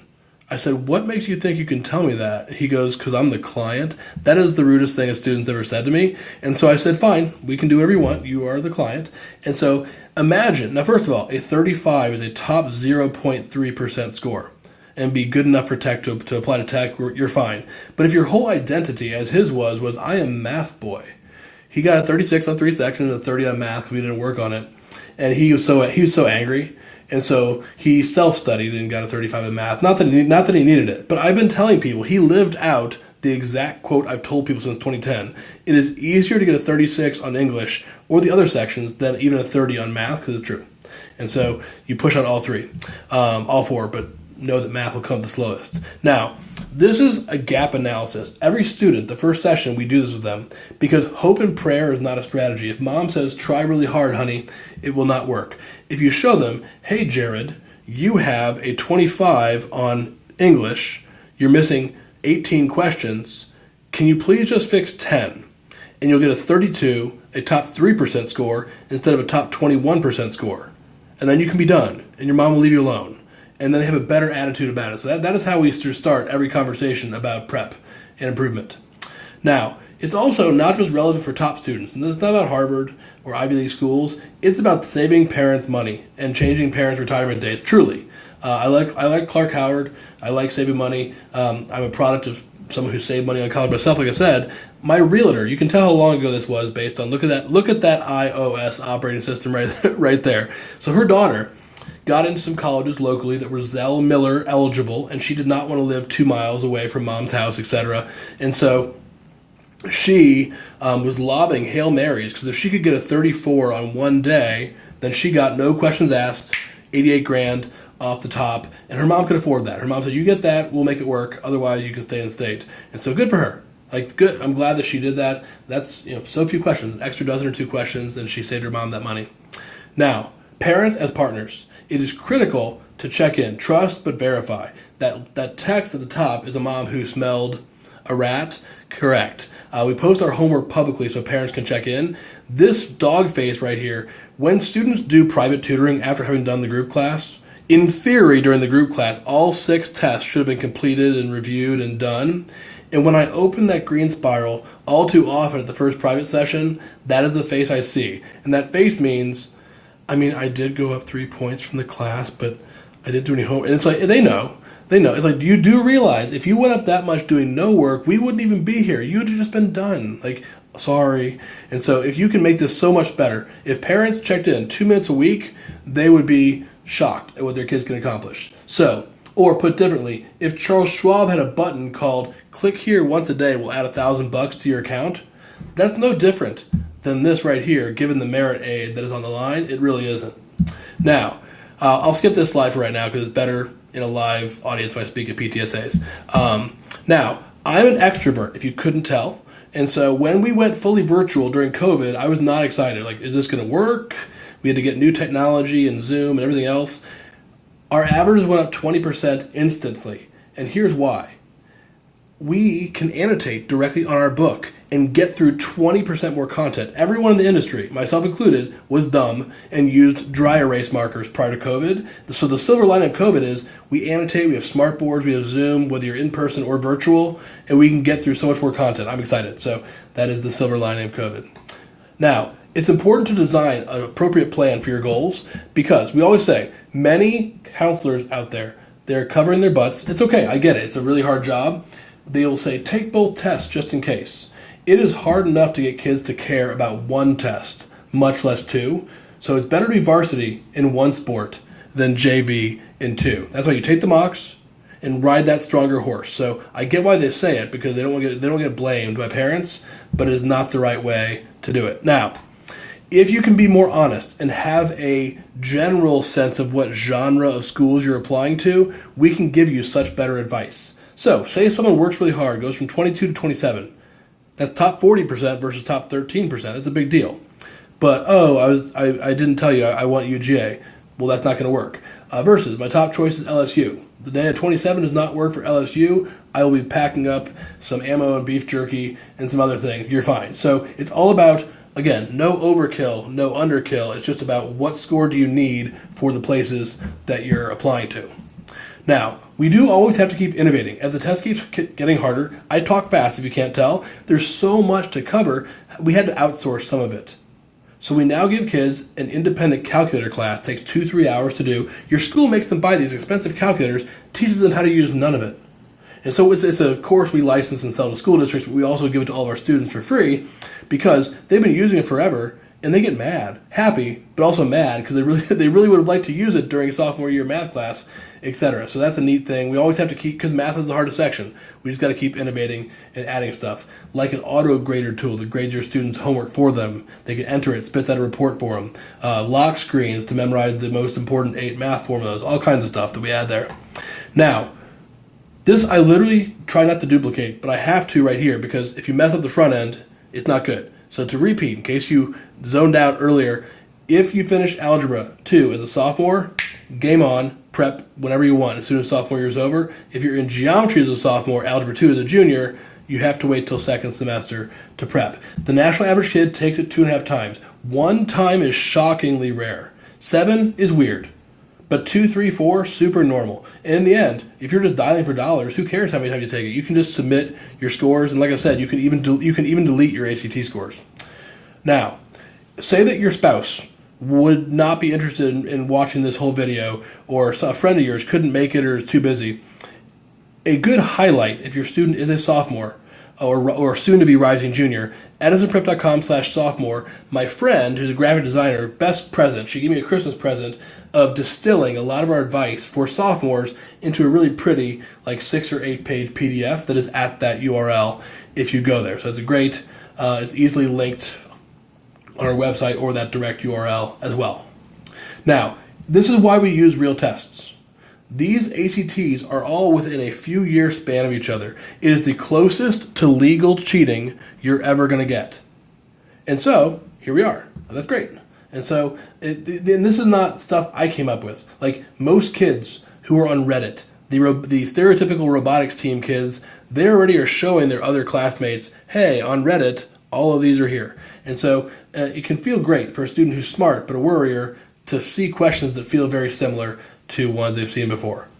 Now, risky advice. This kills me. So it's very, very, very commonly given throughout all of Metro Atlanta and beyond. Counselors will say, just take the 2 tests cold mid-junior year, like February ACT, March SAT, and then pursue the stronger one after that. Putting aside the fact that at certain schools, well over half the student body is done by the time of the February ACT, it's not even that. By the time those scores come back, not just us, but any tutors I'd recommend to you are already full through the rest of the school year, and then now you're going into senior year, etc. It gets really messy. So now you still need transcripts sent by those counselors. So if your counselor says that, don't say anything. Just nod and politely smile, and then just don't do that because you need them on your side. But yes, no one listens. Otherwise, I'd be out of work 7 months a year if anyone listened. And like I said, the second we hit Memorial Day, we are 90% rising juniors from the moment that sophomore year is over, as is every tutor. Now, another reason why you don't take cold mocks on the real test. Take our mocks, take a mock at home at your dining room table, take it anywhere. Do not take the real test cold as a mock. Here's why. Our student at Dunwoody High School, she's a sweetheart, but she's also kind of smart, lazy, funny. She's a lot of things. She tried just hard enough with a bad attitude the morning after homecoming because mean old mom made her take it to get Dunwoody dual enrollment happening. And so she tried just hard enough and got a score of X. And then she actually cared and studied and tried and tutored with us and she got this letter from the ACT accusing her of cheating because her score went up that fast. And so then she had to take a day off school. Plus, it's not fun being accused of being a liar when she wasn't. And so she had to drive to the back end of Lake Lanier on Gainesville and take the test in a room with 5 other accused cheaters. And it's not great. So please, Like our mocks don't go anywhere. Or you can take one secretly at your own dining room table and self-grade it, but don't take the real test. You waste $50, you waste time, you have other implications like this. So tell your friends who are taking the test cold for no reason not to waste $50 and other things. Now, if your student is watching this, or if they're nearby, you can grab them and they'll be like, oh yeah, that makes sense. There's book smarts and there's street smarts. Now, again, I refer, if you're about to get a C- in AP Calc, I know a guy, please let us know. He teaches AP Calc in a local high school. He's great. But the worst ACT math tutors in the world are high school and middle school math teachers. And here's why. It's like being a priest by day and a rabbi by night. It makes no sense. Because there's book smarts and there's street smarts. School teachers are like, do it my way. Show all your work. Grr, I'm angry. Let's be all abstract and theoretical and take forever. I'm like, beg, borrow, steal, be clever, use your calculator, don't, pick numbers, don't, show work, don't, go. Go as fast as you can. And so it requires a whole reworking of the mother may I philosophy you're used to from school. Do that in school to get a good GPA. But what gets you a 4.0 in school gets you a very sad ACT or SAT math score. So kids who can look at this problem right here will nod to you if you show this to them, where sine, SOHCAHTOA, sine, cosine, tangent, the denominator of sine, via that diagram you see, is 26. It's h. The cosine also has a denominator of h. Well, therefore, in the answer, it needs to be a 26. How many answers are even 26? Just one. Like, a problem just like this one has been on no fewer than 11 tests that we know of, so it's one of their favorites. And so students who do it the mother may I teacher way might actually be really great at math, but they are wasting 7-8 extra minutes in a really inefficient manner. Now, the best preparation, please do not prep, and then wait. So the storied football player who takes one of our summer classes and pinky swears, I promise I'm taking in September, then waits until the end of the season, takes it in February, they're our worst results of the year. No one diets 3 years before their wedding. You prep, take it, and then you take back-to-back months with no breaks, because when you let a kid take time off, it is like Cam Newton trying to retire for the 17th time. Go home, man. It's over.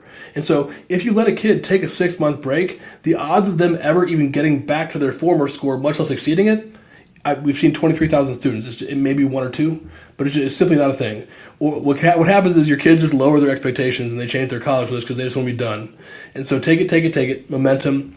And with super scoring, again, with super scoring especially, that momentum and mixing and matching is why a lot of these schools that used to have lower averages now have higher averages. Now, our goal, ethically, my golden rule to myself is when I design a plan for a family, they need to have a very, very high likelihood of being done by the June test of junior year at the latest. Senior year tests are legal, but they should be rare and not utilized, ideally. So they happen. Just like people file their taxes or tax extensions or file it at 4 p.m. on April 15th, it's stressful. The other thing is rolling admissions and housing deposits. There are some schools, please go get your student an early win. There are a lot of schools, 1,000 out there, that are rolling admissions where you can apply and find out a week later. Having your student get into a college makes your household so much less stress because we know we're going to a college. Now let's find out which one. So get that early win, and you need your scores in order because when the application opens August 1st, you can go. The other thing is housing deadlines. There are people who put down like three housing deposits, which is a waste of money, but also sometimes the deal you got to make because they're not sure where they're going yet and all this confusion, and it can determine who gets better housing. So that's not right, but that is the way of the world at the moment. Now, get the right calculator. The calculator that I used throughout of all of high school, middle school and high school and grad school and until now is the TA84. Any 83 or 84 is fine, but the 84 is worth the extra money if you do not have one. But it's the best calculator on God's earth. There's never been a better one. It's miles above any other calculator. So do get one. You can even go on Nextdoor app, so don't need to pay full price for one. We have a mom who went on Nextdoor in Dunwoody recently and got one for $35. That is not what they cost, so good for her. But you can do that. Now, let's talk about the TI Nspire here on the left-hand side. A couple schools in town, really just two, use the Nspire. The Nspires low scores. If Satan designed an operating system for a calculator, it would be the Nspire. I would not wish it on my worst enemy. If your school makes you use it, a couple schools do, I'm sorry, but go get the right tool for the job, because you're bringing a butter knife to a gunfight if you bring anything but the 84 to the ACT. And you can use, on the SAT now, with the digital test, you can double carry. You can have the 84 handheld and then the Desmos on-screen calculator. There are certain problems that are better on Desmos. There are other problems that are better on the 84.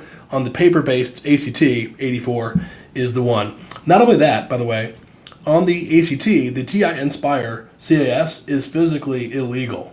So is the 89. A lot of the other models are illegal anyway, so that's a blessing that they don't let you use the bad ones. Now, here's why you want to get good at your calculator. And students who are looking to get an early head start on prep, getting good at your calculator is actually really fine. And that's why we built that calculator course. Now, this is problem 54, which, to be clear, is the 6th hardest problem on the whole test. They go in order of difficulty. Nuh-uh. Not if you know how to do it, because you can go to y equals, type in the equation, look at that bottom right. Oh, look, there's a hole from 1 to 3. Oh, yeah, there's a hole from 1 to 3, and so it's just K. This is where book smarts, street smarts, this is the math teachers at high schools would not approve of the way I'm teaching this right now, but I want points. You want points. Merit aid grids want points. So I teach it the way to get you the things that you need. Now, the parents' role in optimal preparation, student motivation is obviously number 1, but parents are number 2.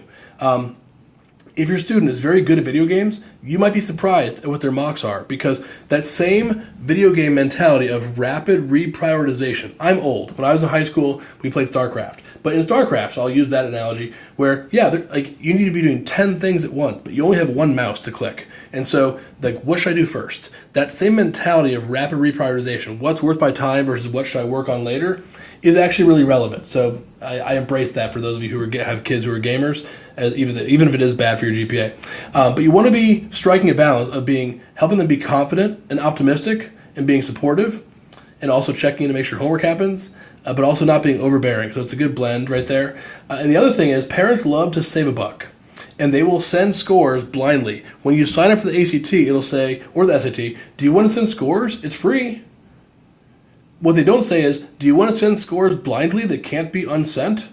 That sounds way worse than the first way. So wait. Under no circumstances should you ever send scores until the August before your kid's final college list exists, when they open the application right before senior year. Wait. Because what if all your best stuff is the last time you take it? Admissions officers are still human. They can't unsee what they saw if you submitted all the different stats there, so just wait. Plus a super score. So just wait, and then send your best super scored stuff. Now, let's talk about, like I mentioned earlier, we are one piece of the puzzle. If you need a good French tutor, if you have a really crazy family financial situation, we know CPAs and other people that do that, a good list of college counselors, other study skills, executive functioning. Happy to help. It's a team effort. So please reach out anytime, whether you're a client or not. Happy to give good advice. Now, a little bit of what we do. We are weird. We're seen as weird in the community, in that in our industry, obviously, it's more normal for people to say, do private tutoring. We make more money per hour recommending private tutoring. My wife likes to say my Catholic guilt does not let me do that, which is probably true, because I had that and growing up broke. There's no reason to waste money, so we try not to waste people's money. So 30% of our kids do just the class by itself, and then 10% of kids do just private tutoring. But 60% do the class before the first test, build a foundation, inexpensively good structure, followed by private tutoring for fine-tuning prior to the second test.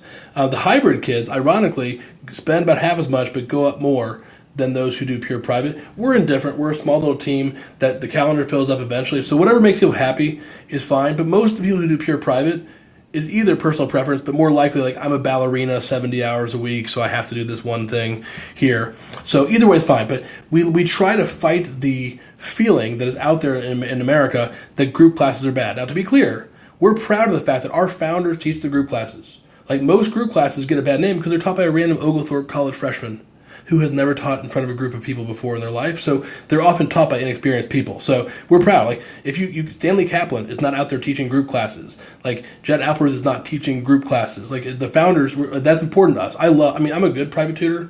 I love teaching group class. So is my wife. And so we do it that way on purpose. Now, in the end, I'm paid and our business exists because scores go up. If scores stopped going up, we would no longer have a business. However, if I'm being honest, my ego gets stroked a lot. I just want people to think I'm funny. And so in case the homework does not happen though, here's the thing. The method to our madness is all of your students, I'm sure, are angels, but some of them are not. And so if I want to live in Long Island is what I want to do, because kids in Long Island aren't better. They just have scarier parents who do crack the whip a little bit more with homework than maybe more chill Atlantans. And so here's the thing. I have to make our class funny, memorable. In this case, I don't think of myself as irreverent, but that word is used sometimes, because that way at least some stuff sticks. And God forbid all the homework happens, sky's the limit. And so this slide right here is so great because a parent, this is one of the best compliments I ever got in my life. My dad said, first of all, what high schooler, I don't know, maybe he watches stuff with his dad, what high schooler knows who Tony Robbins is? Not many that I know of, but this one guy says, yeah, it's not boring like school. It's like he teaches, but he's like funny and like he's like Tony Robbins, Gary V motivation. And so like that is like my heart just got a million times that size, because yes, I have to be, because it needs to motivate. Because if you don't know why to care, why would you care? Make it funny, make it stick in the absence of homework, and then get greedy. So it's all those things. So it's a very unique group class that we're proud of. And then mostly 90% of people start off with the class or only do the class. Yet ironically, we spend 90% of our life doing private tutoring, just follow-up, fine-tuning. Because if you started at 20 and you want UGA, who has an average of 31.5, like it's going to be a multi-test journey. Might as well take the class and build the foundation and then push forward with private tutoring, etc. Now, there's a bunch of testimonials on our website. You can see them on there. Much prettier ones than this slide right here on our new website. So edisonprep.com/results if you want to see more data, results, testimonials, other stuff. Now, resources, free resources. Our blog is great, and now that we've debuted our new website in March of 2024, we're about to reboot our monthly, or a little bit more than monthly blog, so stay tuned for that. There's a ton of great free resources on our site. If you go under the menu and go to resources, just free tools, whether you're enrolled or not. You can follow our Facebook page, our Instagram page, etc. And also, don't be a ghost in your school's guidance office, because if the first time you ask them for stuff is senior year and they have no clue who you are, that's not great. So go say hi to them, be nice to them. They are the gatekeepers. Plus, they have a really hard job.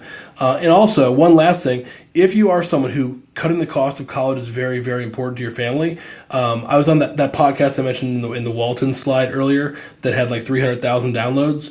It is this one right here. So choosefi.com/114, or just choosefi and then type my last name and it'll pop right up. It's a great thing because it is not just about getting good grades to save money. You could be a resident advisor and get free room and board. You can bring in AP credits. Like there's 100 different things beyond just good test scores that can help cut the cost of college if you're smart about it. So that's what that does. I did 2 episodes on ChooseFI about that topic that you'll see if you Google it. So hope you found this very helpful. In a normal parent meeting where it's not me recording it for an audience, but just this one here, we just take questions. But obviously, just reach out. There's our phone number, email, and our website, and happy to answer any questions you guys have. If you know somebody who would benefit from this information, you can send them the link. edisonprep.com/info session has a link to the live ones, or you can send them this URL for this YouTube video you're watching, and you can let them experience it that way. So hopefully you found this useful. It's important to get that early information is power. And so if you can get this sooner rather than later, then you can do lots of great things for your family and for your kids and their college chances. Hope you have a great rest of the night. Thanks.